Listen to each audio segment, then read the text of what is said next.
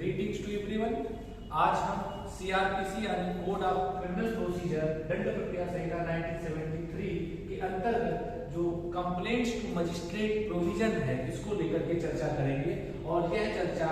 Chapter 15 section 200 से लेकर के 203 यानी 200 से लेकर धारा 200 से लेकर के 203 तक समाहित होगी। इसके साथ ही साथ एक और प्रोविजन का उल्लेख आएगा सेक्शन 2D जिसमें कंप्लेंट को डिफाइन किया गया है। और इसके साथ ही साथ एक और सेक्शन 465 जो इरेगुलरिटीज को करेक्ट करने के विषय में है। अनियमितताएं जो प्रोसीजर के संदर्भ में अनियमितताएं की जाती हैं उन अनियमितताओं को करेक्ट करने के संदर्भ में उसका भी उल्लेख यहाँ पर आएगा। तो पहली चीज कि कंप्लेंट्स टू मजिस्ट्रेट में सबसे पहले हम समझेंगे कंप्लेंट्स होती क्या है। तो कंप्लेंट्स को सेक्शन 2D सीआरपीसी में डिफाइन किया गया है और कहा गया है कि कोई भी एलिगेशन जो किसी मजिस्ट्रेट को एक्शन लेने के उद्देश्य से मौखिक रूप से या लिखित रूप में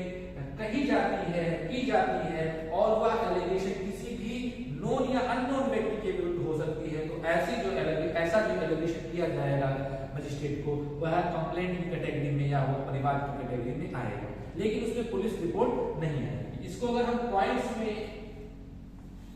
बाइफरकेट करें तो पहला एलिगेशन होना चाहिए कंप्लेंट में कोई आरोप लगाया गया हो, कोई अभियोग लगाया गया हो और ये अभियोग किसी मजिस्ट्रेट के सामने मजिस्ट्रेट को किया गया हो for the purpose of taking action और मजिस्ट्रेट के द्वारा कुछ कार्रवाई करने की अपेक्षा उसमें की जा रही हो। और यह जो एलिगेशन किया गया होगा ये ओनली मौखिक रूप में रिटन या लिखित रूप में भी हो सकता है। और यह आवश्यक नहीं है कि वह पर्सन जिसके अगेंस्ट ऐसा एलिगेशन या ऐसा अभियोग लगाया जा रहा है वह नोन हो, वो अननोन भी हो सकता है। और इसी प्रकार it is not a police report under section 173 complaint है वो पुलिस रिपोर्ट नहीं होती है। लेकिन अगर नॉन कॉग्निजेबल मामला है, अगर वो नॉन कॉग्निजेबल मामला है तो उसमें पुलिस रिपोर्ट को भी कंप्लेंट के रूप में ट्रीट किया जा सकता है और पुलिस जो ऑफिसर होगा उसको कंप्लेनेंट जिसके समक्ष एनसीआर जो नॉन कॉग्निजेबल मामलों की रिपोर्ट की गई है उसको कंप्लेनेंट के रूप में समझा जा सकता है, ट्रीट किया जा सकता है। अर्थात police report in non cognizable cases में बी ट्रीटेड एज कंप्लेंट। संज्ञेय मामलों में नहीं लेकिन असंज्ञेय मामलों में उसको पुलिस रिपोर्ट के रूप में ट्रीट किया जा सकता है। अब अगली महत्वपूर्ण बात आती है कि जो कंप्लेंट है वो कौन कर सकता है। पहली चीज कंप्लेंट एलिगेशन होगा जो ओरली और रिटन फॉर्म में किया जाएगा और किसी नोन या अननोन व्यक्ति को के संदर्भ में होगा और मजिस्ट्रेट को किया जाएगा और मजिस्ट्रेट को इस उद्देश्य से किया जाएगा कि वो उस पर संदर्भ में कोई कार्रवाई करे और इसमें पुलिस रिपोर्ट सम्मिलित नहीं होगी। लेकिन जब नॉन कॉग्निजेबल मामला होगा तो उसमें पुलिस रिपोर्ट को कंप्लेंट के रूप में ट्रीट किया जा सकता है और जो पुलिस ऑफिसर होगा उसको कंप्लेनेंट माना जाएगा। लेकिन अब अगली महत्वपूर्ण बात आएगी कि कंप्लेंट ये कौन कर सकता है। तो हु मे मेक कंप्लेंट, तो एग्रीव्ड जो विथित पक्षकार है, जो विथित व्यक्ति है, विथित पर्सन है, एग्रीव्ड पर्सन है वो कर सकता है। और इसके अलावा जो थर्ड पर्सन है, थर्ड पर्सन का मतलब कोई भी व्यक्ति जो acquainted with the facts of the offence, जो अपराध हुआ है उस अपराध से परिचित कोई भी व्यक्ति जाकर के भी कंप्लेंट कर सकता है मजिस्ट्रेट को। अब ये जो थर्ड पर्सन की जो बात है एक्वेंटेड विद द ऑफेंस, वो उसके लिए यह आवश्यक है कि जो तीसरा व्यक्ति जो अन्य व्यक्ति करने जा रहा है वह उस केस के यानी उस ऑफेंस के उस अपराध के विषय में उसके पास जानकारी होनी चाहिए और बिना जानकारी के अगर कंप्लेंट करता है तो उसमें कंप्लेंट की तो जा सकती है लेकिन उसको डिसमिस कर दिया जाएगा। अब ये जो थर्ड पर्सन या जो अदर पर्सन का जो कॉन्सेप्ट है जिसके द्वारा एफआईआर की जा सकती है या एक प्रकार का ये जो क्रिमिनल जूरिस्प्रूडेंस है इसके संदर्भ में एक केस था AR versus RS Naik 1984। Honourable supreme court ने इसमें ये कहा कि ये अगर हम इसमें तीसरे पक्षकार को अलाउ नहीं करते हैं कंप्लेंट करने के लिए तो ये जो क्रिमिनल जूरिस्प्रूडेंस है ये क्रिमिनल जूरिस्प्रूडेंस के अगेंस्ट होगा, ये आपराधिक विधि शास्त्र के अगेंस्ट होगा। और आपराधिक विधि शास्त्र ये कहती है कि न्याय होने के लिए ऐसा आवश्यक है कि जो रिपोर्टिंग है जो कंप्लेंट है वो मजिस्ट्रेट तक पहुंचे, सूचना अपराध की मजिस्ट्रेट तक पहुंचे। अब वो कौन पहुंचा रहा है ये मैटर नहीं करता, बस आवश्यक ये है कि उस जो व्यक्ति मैटर को लेकर के आ रहा है मजिस्ट्रेट के सामने वह उस मामले से परिचित हो, उसके तथ्यों की जानकारी उसके नॉलेज में हो, वो जान रहा हो तथ्यों को, वही व्यक्ति कर सकता है। तो वो एग्जीक्यूटिव भी हो सकता है और थर्ड पर्सन भी हो सकता है। इसके अलावा अगर हम आगे बात करें तो सेक्शन 200 जब कंप्लेंट कर दी गई, मजिस्ट्रेट को की गई, किसी व्यक्ति के द्वारा की जा सकती है जो एग्रीव्ड है और एक थर्ड पर्सन है उसके द्वारा भी की जा सकती है। किसी भी नोन या अननोन व्यक्ति के संदर्भ में की जाएगी, तो की जाएगी टेकिंग एक्शन, कार्रवाई करनी है इस संदर्भ में की जाएगी। और जब मजिस्ट्रेट को कंप्लेंट कर दी जाएगी तो अंडर सेक्शन 200 यानी धारा 200 के तहत मजिस्ट्रेट क्या करेगा, एग्जामिनेशन करेगा कंप्लेंट का। कंप्लेंट का एग्जामिनेशन करने का मतलब यह है मजिस्ट्रेट यहाँ पर यह देखेगा कि जो कंप्लेंट की गई है क्या वो कंप्लेंट में सही में कुछ वास्तविक रूप से कुछ जो फैक्ट्स एडमिट किए गए हैं, जो फैक्ट्स प्रोड्यूस किए गए हैं, क्या वो सत्य है या असत्य है, वो सही है या गलत है, इसकी जांच एग्जामिनेशन करके मजिस्ट्रेट करने का प्रयास करेगा। अब इस एग्जामिनेशन के दौरान वो क्या कर सकता है, कंप्लेनेंट और विटनेसेस, जिसने परिवादी है, जिसने परिवाद किया है और जो साक्षी है उसके, उन दोनों को बुला करके सम्मन करके आपस में उनकी क्या कर सकता है, ओथ पर उनका एग्जामिनेशन कर सकता है, शपथ पर उनकी परीक्षा ले सकता है, उनसे स्टेटमेंट ले सकता है। और इसके अलावा इस एग्जामिनेशन में अगर ओथ पर नहीं ली जाती है तो ये क्या होगा, ये एक नॉट क्यूरेबल इलीगलिटी हो जाएगी, जो सेक्शन अंडर सेक्शन 465 सीआरपीसी इसको क्यूर नहीं किया जा सकता। एक और महत्वपूर्ण बात यहाँ पर इंपॉर्टेंट बात यह है कि जब भी एग्जामिनेशन करेगा कंप्लेंट के संदर्भ में कंप्लेनेंट या विटनेसेस का मजिस्ट्रेट, तो इस बात का ध्यान रखेगा कि वो केवल उस जो कंप्लेंट में जो फैक्ट्स आए हैं, कंप्लेंट में जो तथ्य मेंशन किए गए हैं, उनके संदर्भ में ही उसकी परीक्षा करेगा। और वो भी एक लिमिटेशन ये है कि जो उस कंप्लेंट में जो फैक्ट्स किए गए हैं उस फैक्ट की सत्यता और असत्यता, यानी उसके सच्चे सही होने या गलत होने के संदर्भ में ही उनका एग्जामिनेशन करेगा और वो भी एग्जामिनेशन को ओथ पर करेगा। इसके अलावा कुछ स्थितियों में जो कंप्लेनेंट है या विटनेसेस है या कंप्लेंट का एग्जामिनेशन करने की आवश्यकता नहीं है। Complaint need not be examined, complaint की एग्जामिनेशन की आवश्यकता नहीं है। वो कौन सी परिस्थितियां हैं, वो 5 परिस्थितियां यहाँ पर दी गई। पहली परिस्थिति, अगर कंप्लेंट किसी पब्लिक सर्वेंट के द्वारा की गई है तो सेक्शन 200 क्लॉज ए में ये बताया गया है वहां पर एग्जामिनेशन करने की आवश्यकता नहीं पड़ेगी। लोक सेवक कौन है, तो लोग जो पब्लिक सर्वेंट है, जो पब्लिक सर्वेंट की अगर हम बात करें तो section 2C prevention of corruption act 2C में ये बताया गया कि पब्लिक सर्वेंट कौन होगा। वहीं पर सेक्शन 21 जो इंडियन पिनल कोड की है वो भी ये बताती है कि भाई पब्लिक सर्वेंट कौन होगा। तो पब्लिक सर्वेंट के द्वारा अगर कोई कंप्लेंट की जाती है तो वहां पर उसका एग्जामिनेशन करने की आवश्यकता नहीं है। वहीं पर अगर कोर्ट हैज मेड कंप्लेंट, किसी न्यायालय ने कोई कंप्लेंट की है किसी मजिस्ट्रेट को, तो उस स्थिति में सेक्शन 200 क्लॉज बी के तहत भी वहां पे एग्जामिनेशन करने की आवश्यकता नहीं पड़ेगी। वहीं पर the magistrate makes over the case under section 192 CrPC की धारा 192 के तहत अगर कोई केस सीजेएम के द्वारा किसी मजिस्ट्रेट को मेक ओवर किया जाता है कंप्लेंट के रूप में, तो वहां पर भी उसका एग्जामिनेशन करने की आवश्यकता नहीं है। The magistrate makes over the case section 200 clause B. वहीं पर जो प्रोविजो है सेक्शन 200 का, वो कहता है कि अगर एक बार कंप्लेंट का एग्जामिनेशन हो चुका है तो उसका एग्जामिनेशन दोबारा करने की आवश्यकता नहीं होगी। और एक एडिशनल बात जो निकल के आया है कि एक police report turns into complaint, अगर कोई पुलिस रिपोर्ट है और वो पुलिस रिपोर्ट केवल और केवल वही पुलिस रिपोर्ट जो नॉन कॉग्निजेबल मामले में होगी वही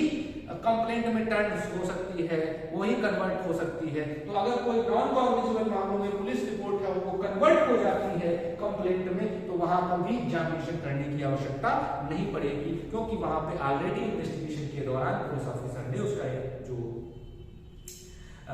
इन्वेस्टिगेशन के दौरान उनका जो एग्जामिनेशन है उसकी सत्यता को, सच्चाई को परख लिया होता है। वहीं पर अगर हम सेक्शन 201 यानी धारा 201 की बात करें तो 201 कहता है कि जब कंप्लेंट का एग्जामिनेशन करने के बाद मजिस्ट्रेट को ये लगता है, when magistrate is not competent to take cognizance, उसको लगता है कि वह संज्ञान लेने के लिए सक्षम नहीं है, तो उस स्थिति में क्या होगा, उस स्थिति में अगर वह रिटर्न रूप में कंप्लेंट की गई है तो उसको रिटर्न कर देगा और उस पर इंडोर्स कर देगा, उस कोर्ट का नाम लिख देगा कि भाई इस फला कोर्ट में जिसको कॉम्पिटेंसी है, जिसको जो सक्षम है, वहां पर आप जाकर के कंप्लेंट करिए। अगर वो ओरल की गई है तो उसे कहेगा कि भाई आप प्रॉपर कोर्ट में बिना इंडोर्समेंट में, क्योंकि वहां पर तो कोई डॉक्यूमेंट है नहीं, तो उस स्थिति में वो क्या करेगा, उसे कहेगा कि भाई आप प्रॉपर कोर्ट में कंप्लेंट कीजिए। आगे अगर देखिए सेक्शन 201 में अगर कॉम्पिटेंसी के संदर्भ में कॉम्पिटेंसी भी साबित हो गई और एग्जामिनेशन भी हो गया, एग्जामिनेशन होने के बाद ही वो मजिस्ट्रेट क्या करेगा, ये जो कॉम्पिटेंसी है इसको देखेगा, इसको कर सकता है। ये कोई आवश्यक नहीं है कि वहां पर एग्जामिनेशन करने के पहले ही वो अपनी कॉम्पिटेंसी चेक करे, ऐसा कोई आवश्यक नहीं है। ये एग्जामिनेशन होने के बाद ही वो कॉम्पिटेंसी को लेकर के रिटर्न कर सकता है। अगर हम सेक्शन 202 की बात करें तो इसमें postponement of issue of process की बात की गई है कि जो प्रक्रिया है उस प्रक्रिया को स्थगित किया जाना, और उस प्रक्रिया को स्थगित कब कर सकता है, जब मजिस्ट्रेट को एग्जामिनेशन के बाद ये लगता है कि जो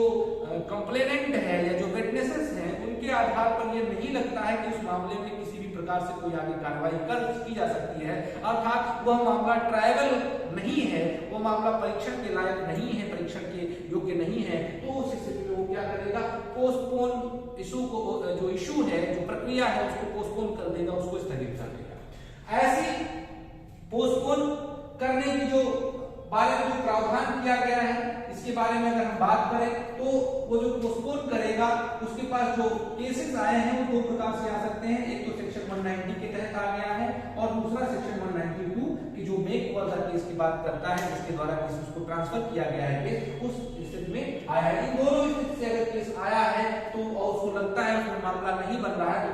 पोस्टपोन कर देगा। और ऐसा पोस्टपोन करने का उसका क्या होता है, ये उसका विवेकाधिकार है, उसका डिस्क्रिशन है। लेकिन ये डिस्क्रिशन जो है वो अपने आप में लिमिटेड है, अपने आप में सीमित है। अब जब वो पोस्टपोन करेगा इशू को तो वो करेगा क्या, इसके स्थिति में वो दो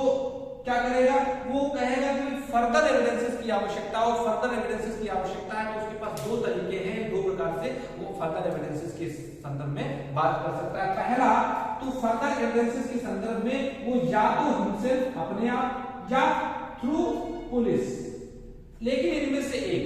या तो वो स्वयं एविडेंसेस के लिए इंक्वायरी कर सकता है या वो अपने अधीनस्थ या अपने समकालीन अपने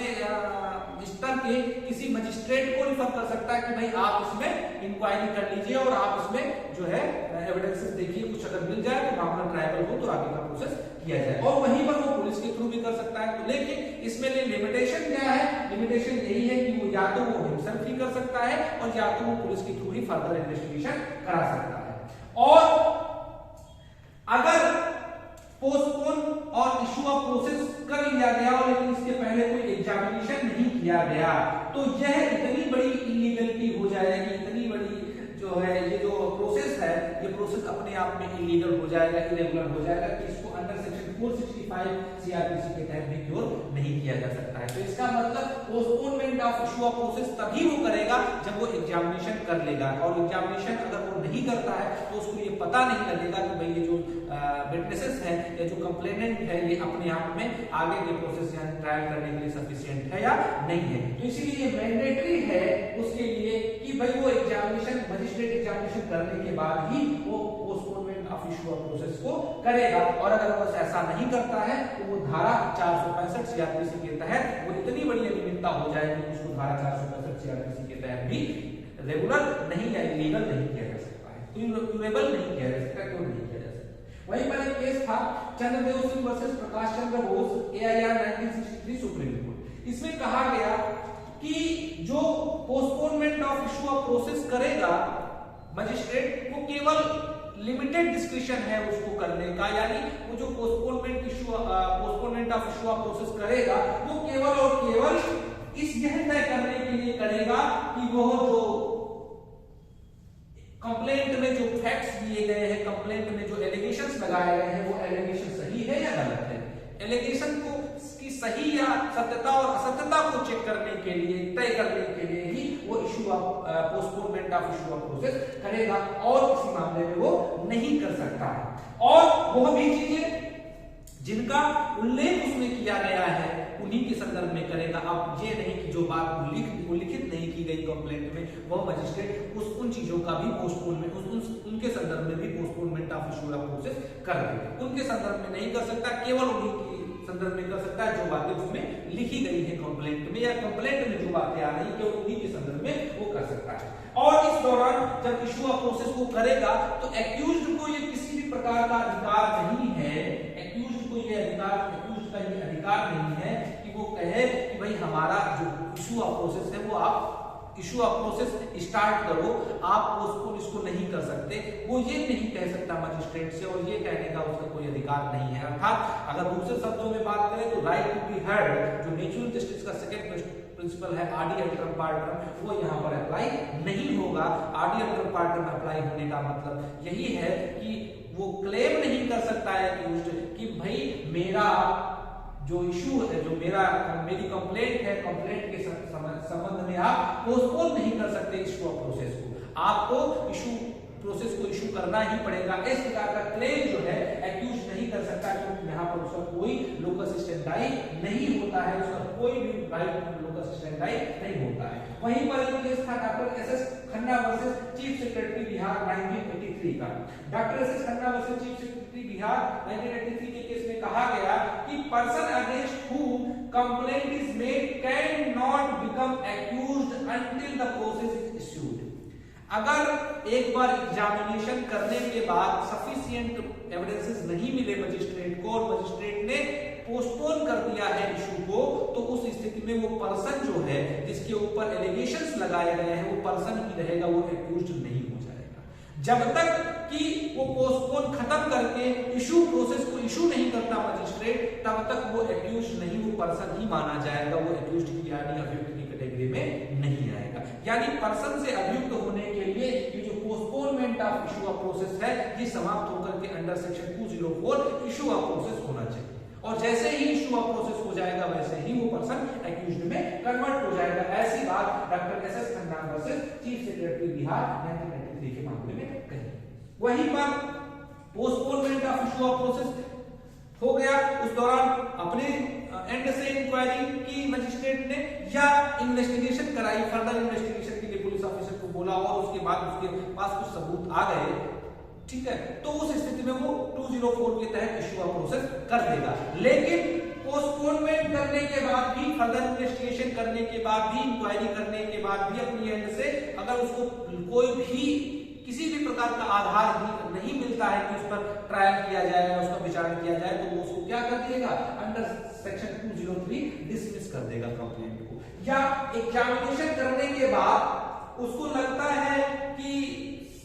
नहीं मिले, पर्याप्त सबूत नहीं है, तो उस स्थिति में वो postponement of issue of process करके फर्दर इन्वेस्टिगेशन और इंक्वायरी कराएगा, और फर्दर इन्वेस्टिगेशन और इंक्वायरी करने के बाद वो क्या करेगा, उसके बाद भी उसको सफिशिएंट एविडेंस नहीं मिलते हैं तो वो डिसमिसल ऑफ कंप्लेंट कर देगा 206। लेकिन ऐसा करने के लिए उसके लिए मैंडेटरी है कि भाई अगर कोई सफिशिएंट ग्राउंड नहीं मिले प्रोसीडिंग्स के लिए तभी वो डिसमिस करेगा। और एक बात और इंपॉर्टेंट है कि उसके लिए मैंडेटरी है कि वो रीजंस को रिकॉर्ड करेगा। ऐसा ना करने के कि भाई डिसमिस क्यों डिसमिस कर रहा है, क्यों जो है उस कंप्लेंट को आगे के लिए फॉरवर्ड नहीं कर रहा है, उसका ट्रायल नहीं कर रहा है, इसके लिए वो रीजंस रिकॉर्ड करेगा। और अगर वो रीजंस रिकॉर्ड किए बिना डिसमिस कर देता है तो ये एक प्रोसीजरल इरेगुलरिटी हो जाएगी, और ये प्रोसीजरल इरेगुलरिटी को अंडर सेक्शन 465 सीआरपीसी के तहत भी क्योर नहीं किया जा सकता है, ये नॉट क्यूरेबल इरेगुलरिटी हो जाएगी। वहीं पर जो डिसमिसल किया गया है, डिसमिसल का ऑर्डर है कंप्लेंट के, वो ग्राउंड्स के आधार पर किया जाएगा, और इसके बाद वो रिवाइजेबल और स्क्रूटिनी भी की जा सकती है उसकी, किसके द्वारा, हायर कोर्ट्स के द्वारा, उस मजिस्ट्रेट के ऊपर जो कोर्ट्स हैं उनके द्वारा उस डिसमिसल ऑफ कंप्लेंट को क्या किया जा सकता है, चेंज भी किया जा सकता है, उसको डिसमिसल को खत्म किया जा सकता है और उसको इश्यू ऑफ प्रोसेस आगे बढ़ाया जा सकता है और उस आदेश की, डिसमिसल ऑफ कंप्लेंट के आदेश की स्क्रूटनी भी की जा सकती है हायर कोर्ट के द्वारा। और हायर कोर्ट जब स्क्रूटनी करेंगे इन सब चीजों को लेकर के, तो इसमें कई बातें महत्वपूर्ण आ जाएंगी। वो देखेंगे कि भाई क्या जो मजिस्ट्रेट है उसने ठीक से काम किया है, ठीक से स्क्रूटनी की है या नहीं की है। एक और महत्वपूर्ण बात, प्रोविजो सेक्शन 202 का जो सेक्शन 202 सबसेक्शन 2 का जो प्रोविजो है वो कहता है कि जो postponement of issue of process है, इस दौरान इंक्वायरी और इन्वेस्टिगेशन ये करने का उद्देश्य एक और भी है, वो ये है कि full and fair opportunity to defend himself. ये जो